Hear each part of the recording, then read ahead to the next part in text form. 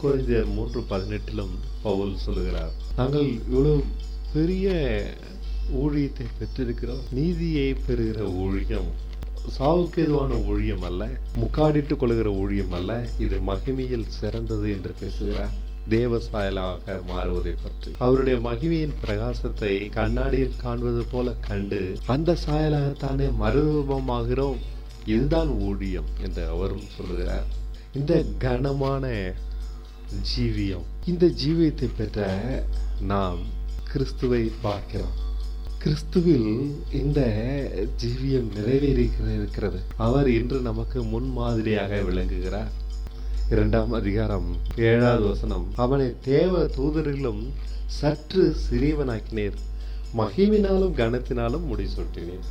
உம்முடைய கரத்தின் கிரியின் மேல் அவனை அதிகாரியாக வைத்து சகலவற்றையும் அவனுடைய பாதங்களுக்கு கீழ்ப்படுத்தினீர் என்றார். சகலவற்றையும் அவனுக்கு கீழ்ப்படுத்தினீர் என்கிற விஷயத்தில் அவனுக்கு கீழ்ப்படுத்தாத பொருள் ஒன்றுமில்லை. அப்படி இருந்தும் இன்னும் அவனுக்கு சகலமும் கீழ்ப்பட்டிருக்க காணோம். தேவன் எதை சிறியதாக படைக்கிறாரோ அதை பெரிதாக உயர்த்துகிறார். எதை பலமாக படைக்கிறாரோ அதை பலகீனமாகவே வைத்திருக்கிறார். சிங்கங்கள் பலமானவைகள், அதனுடைய எண்ணிக்கைகள் பூமியில மிகவும் சிறியது. மனுஷன் மிகவும் பலகீனமானவன், அவன்தான் பூமியை ஆளுகிறான். சகலவற்றின் மேலும் அவனை அதிகாரியாக வைக்கிறார். இதெல்லாம் சிறியதோ, இதெல்லாம் அற்பமானதோ அதுவே உயர்த்தப்படுகிறது.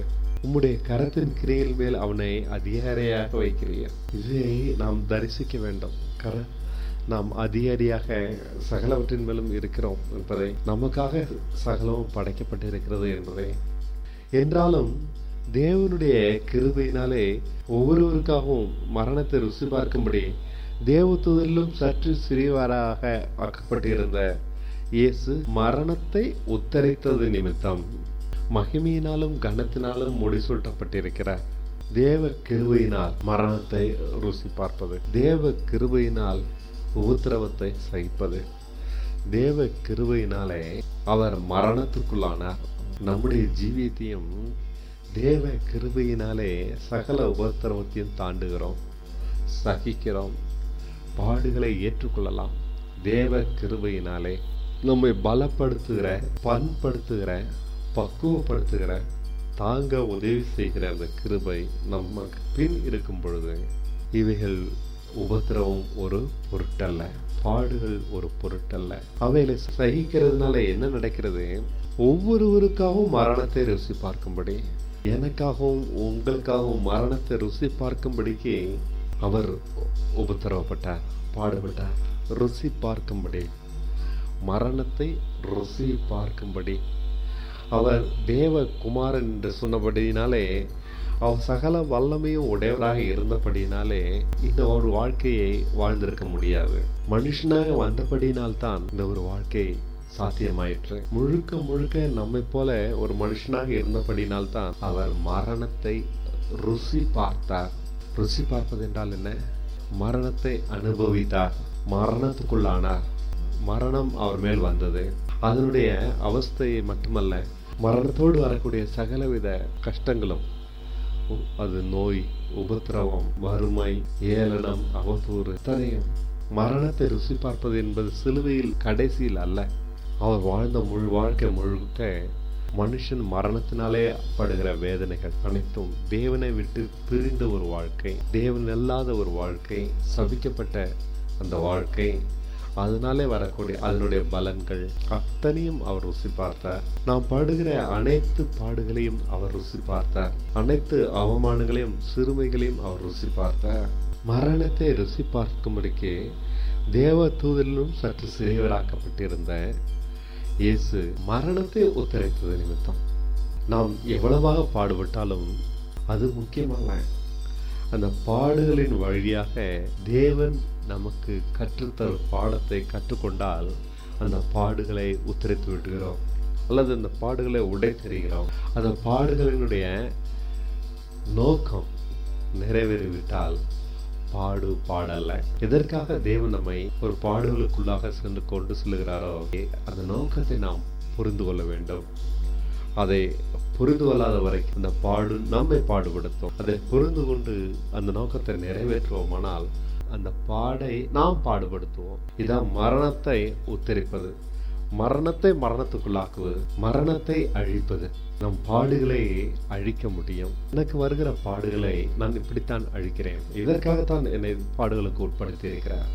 அந்த பாடுகளுக்கு வழியாக அந்த நோக்கத்தை நான் புரிந்து கொண்டு அதை நான் செயல்படுத்தும் போது, அதற்கு இடம் கொடுக்கும் பொழுது ஒரே ஒரு நோக்கம்தான், என்னுடைய மாம்சத்தை அவருடைய ஆவியினாலே அழிப்பது, அல்லது என்னை குறித்து வைத்திருக்கிற மேலான எண்ணங்கள், உயர்வான கற்பனைகள் எல்லாவற்றையும் நான் விட்டு கொடுக்கிறேன். முழுக்க விட்டு கொடுத்து சைபராக ஆகும் பொழுது பாடுகளை நாம் உத்தரிக்கிறோம் அல்லது பாடுகளை அழிக்கிறோம். அந்த பாடுகள் நமக்கு பாடுகளாக தெரிவதில்லை. இயேசு கிறிஸ்துவிடமிருந்து கற்றுக்கொள்ள வேண்டிய பாடம் இது. மரணத்தை உத்தரிப்பது, பாடுகளை அழிப்பது, பாடுகளின் ஊடாக சென்று பாடுகளை அனுபவித்து நாம் இழக்க வேண்டியவைகளை இழந்து விடுகிறதுனாலே நம்மை குறித்து உயர்வான எண்ணங்கள், மேட்டுமையான சிந்தனைகள், பலமான ஆசைகள், விட முடியாத கனவுகள், ஏக்கங்கள் அத்தனையும் விட்டு கொடுத்து உம்முடைய சித்தத்தை நான் விரும்புகிறேன், தேவனே உம்மை நான் நேசிக்கிறேன் என்று அவரை நேசிக்க பழகுவது, அவரை நேசித்து அவருக்காக வாழ பிரயாசப்படுவது, இதை நாம் சரியாக செய்துவிட்டால் போதும். பாடுகளை நாம் உத்தரித்து விடலாம். அவர் மரணத்தை உத்தரித்தார் என்று வசனம் சொல்லுகிறது. இப்படித்தான் அவர் செய்திருக்க முடியும். அதன் பலன் என்ன? மரணத்தை உத்தரித்த நிமித்தம் மகிமையினாலும் கனத்தினாலும் அவர் முடிசூட்டப்பட்டிருக்கிறதை காண்கிறோம். அதாவது வானமும் பூமியும் அவருக்கு கீழ்ப்படிந்திருக்க காண்கிறோம். அவர் சகலவற்றின் மேலும் அதிகாரியாக இருக்க காண்கிறோம். நாம் சகலமும் நமக்கு கீழ்ப்பட்டிருக்க காணவில்லை, ஆனால் இயேசுவிடம் அதை பார்க்க முடிகிறது. இயேசுவுக்கு சகலமும் கீழ்ப்பட்டிருக்கிறது, சகலவற்றின் மேலும் அவர் அதிகாரியாக இருக்கிறார். காரணம் என்ன?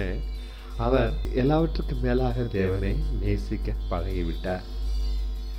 மரணத்தை உத்தரித்து விட்டார். எதற்காக அவர் பாடுபட்டாரோ அந்த நோக்கத்தை நிறைவேற்றி விட்டார்.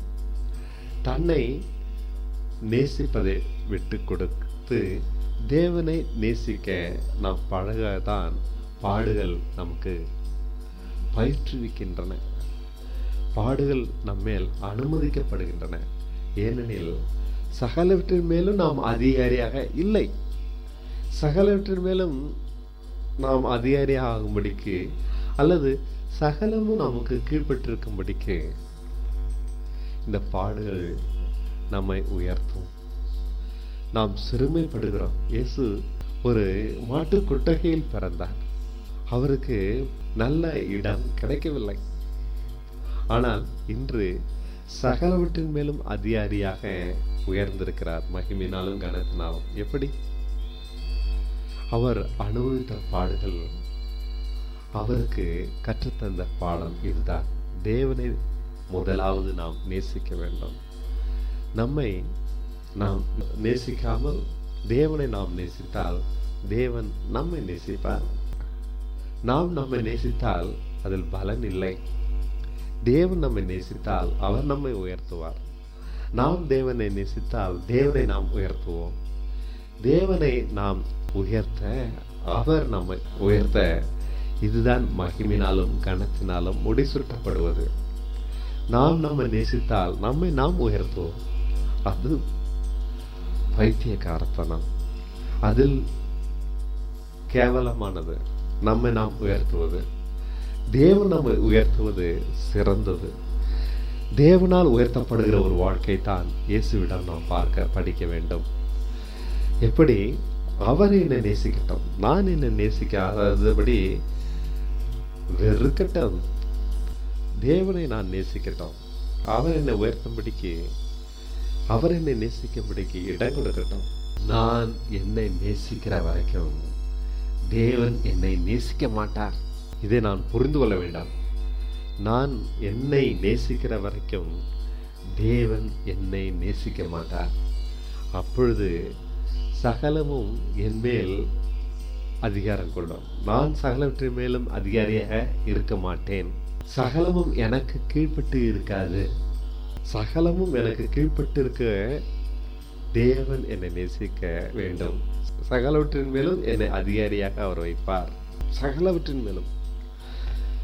என் குடும்பம், என் வருமானம், என் பிள்ளைகள், என் சுற்றத்தார், நான் போகிற இடம், நான் பழகிறவர்கள் எல்லோரும் எனக்கு விரோதிகள் இருக்க மாட்டார்கள். அப்படி இருந்தாலும் அடக்கப்படுவார்கள். இது எப்படி ஆச்சரியமாக இருக்கிறது. அன்பினாலே நான் தேவனை நேசிக்கும் பொழுது நான் சிறுமைப்பட்டு சாந்தத்தை மனத்தாழ்மையும் கற்றுக்கொண்டு என்னை நேசிக்காதபடிக்கு இருக்க பழக வேண்டியது இருக்கிறது. என்னை நேசிக்கிற வரைக்கும் நான் தேவனை நேசிக்க இல்லை.